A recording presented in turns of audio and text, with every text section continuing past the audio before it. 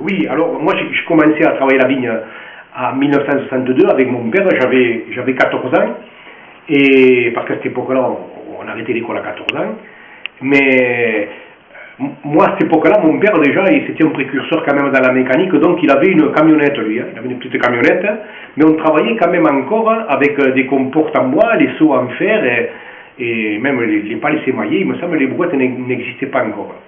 Mais par contre, quand j'étais plus petit, je me souviens, mon père avait un cheval d'ailleurs, et je me souviens des vendanges avec les chevaux et les charrettes, les comportes en bois et tout ce qui était, tout le matériel ancien, quoi. Et à cette époque-là, il n'y avait pas de voiture, ou très peu, même, je pense qu'il n'y en avait pas, ou très peu.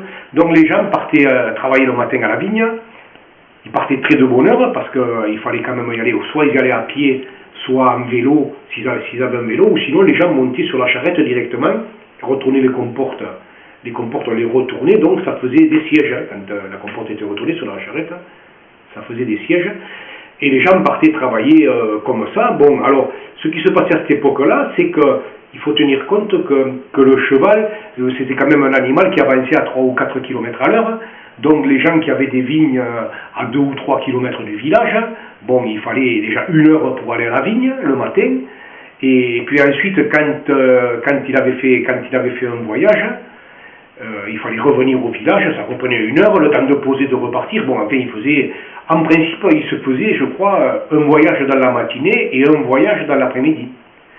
Et quand il y avait beaucoup de raisins, je me souviens, il doublait les comportes, c'est-à-dire qu'il mettait une première travée de comportes sur la charrette, et puis ensuite après, il remettait de nouveau des comportes dessus, de façon à éviter de faire le plus de voyages possible. Et je pense qu'il m'est arrivé à mettre jusqu'à 15 ou 18 comportes sur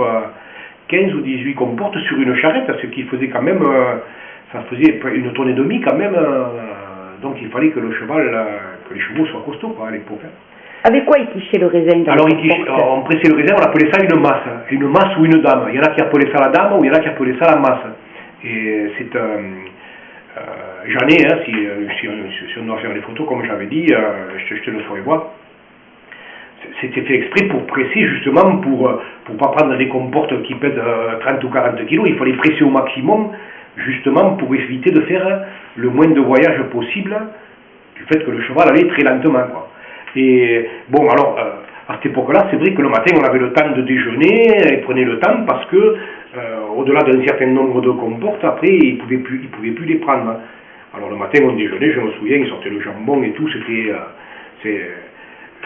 ça plaisantait, on prenait quand même assez de temps. Après, plus tard, c'était quand même un peu plus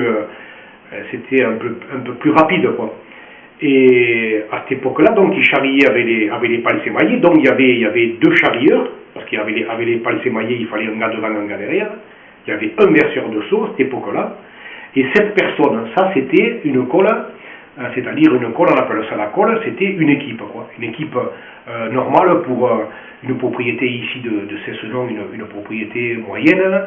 Je ne parle pas des grandes propriétés comme Viranel ou la Grange Neuve. Eux, des fois, ils étaient 21 coupeurs, par exemple. Donc ça faisait 3 couples, ça faisait trois couples, on appelait ça après des couples. Chaque 7 coupeurs, un verseur, 2 charrieurs, on appelait ça un couple. Donc il disait, à la Grange Neuve, il y a 3 couples.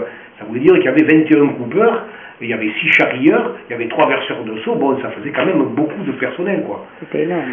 Et alors après l'après-midi, c'était pareil, c'était le même problème un peu que le matin, c'est-à-dire que quand il tombait, à cette époque-là, il y avait des aramons, c'était des cépages qui produisaient quand même beaucoup, et donc ça faisait beaucoup de raisin, les comportes se remplissaient relativement vite, ce qui fait que il arrivait un moment dans l'après-midi où il disait allez, il faut arrêter parce que sinon il ne pourra pas tout prendre, et il ne voulait pas laisser les comportes pleines jusqu'au lendemain, parce que sinon le raisin il s'oxyde si on le laisse trop longtemps presser, le fait qu'on le pressait, si on le laissait trop longtemps, il commençait un peu à bouillir, il commençait un peu à se vinifier, et c'était pas bon, quoi. On appelle ça l'oxydation, c'était pas bon. Alors à un moment, des fois vers 3h30 ou 4h, il disait allez, il faut arrêter maintenant parce qu'après il ne pourra pas prendre tout le voyage. Alors les gens, il leur restait un peu du repas du midi, alors les gens ils goûtaient en attendant que la charrette arrive pour charger et pour repartir, quoi. Voilà, ça se passait comme ça, à l'époque des chevaux et des charrettes. Hein. Et des fois, quand les chemins étaient mauvais, je me rappelle, mon père, on avait un petit, on appelait ça un traîneau. Ça s'appelait un traîneau, bon, parce que c'était un traîneau, tout simplement. C'était une planche, avec, ils avaient mis, c'était fabriqué, je pense, par le maréchal Ferrand, ça. J'en ai un, je crois que j'en ai un à la Blanquère.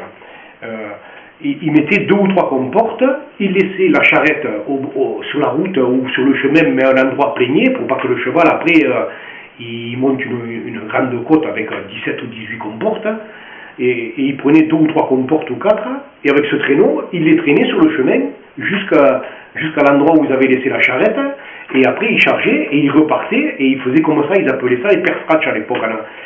En occitan, ils appelaient faire les perstratch. Ça voulait dire, en principe, je sais pas, ça voulait dire amener petit à petit les comportes à la charrette plutôt que quand c'était dans la plaine, par exemple, bon, il laissait la charrette au bord de la vigne, il chargeait tout et puis le cheval partait.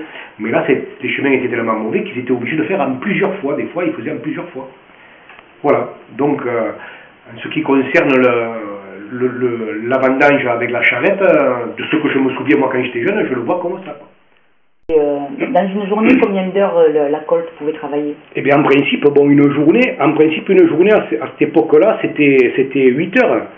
Mais bien souvent, ils ne faisaient pas les 8 heures du fait, comme j'ai dit tout à l'heure, c'est qu'on était limité par le nombre de comportes, donc ils faisaient beaucoup moins de 8 heures, quoi. Et en principe, les gens, à cette époque-là, ils devaient couper entre 500 kilos par coupeur et par jour. À cette époque-là, pas guère plus, du fait qu'on était limité par les... Voilà, ça c'est l'époque des... Et ils coupaient avec quoi à l'époque? Les chevaux de la charrette. Alors, moi, à l'époque que j'ai connue, en 62, coupé avec des sécateurs, hein, avec des sécateurs, les anciens, mais enfin des sécateurs quand même. Hein, quand même. Parce qu'après il y avait des serpettes. J'ai vu des gens qui coupaient avec des serpettes. Hein, des anciens peut-être? Oui, des anciens, des gens anciens qui coupaient avec des serpettes, mais bon, c'était déjà une époque avant ça. Hein. Moi en 62, c'était déjà les sécateurs. Mais on avait quand même les seaux en fer. On charriait avec les pales émaillées, je me souviens. On avait les comportes en bois, hein, j'ai dit, donc c'était quand même... ça, c'était le matériel qu'on avait depuis que la vigne existait, quoi. Hein, c'était le matériel vraiment rustique, quoi, on va dire.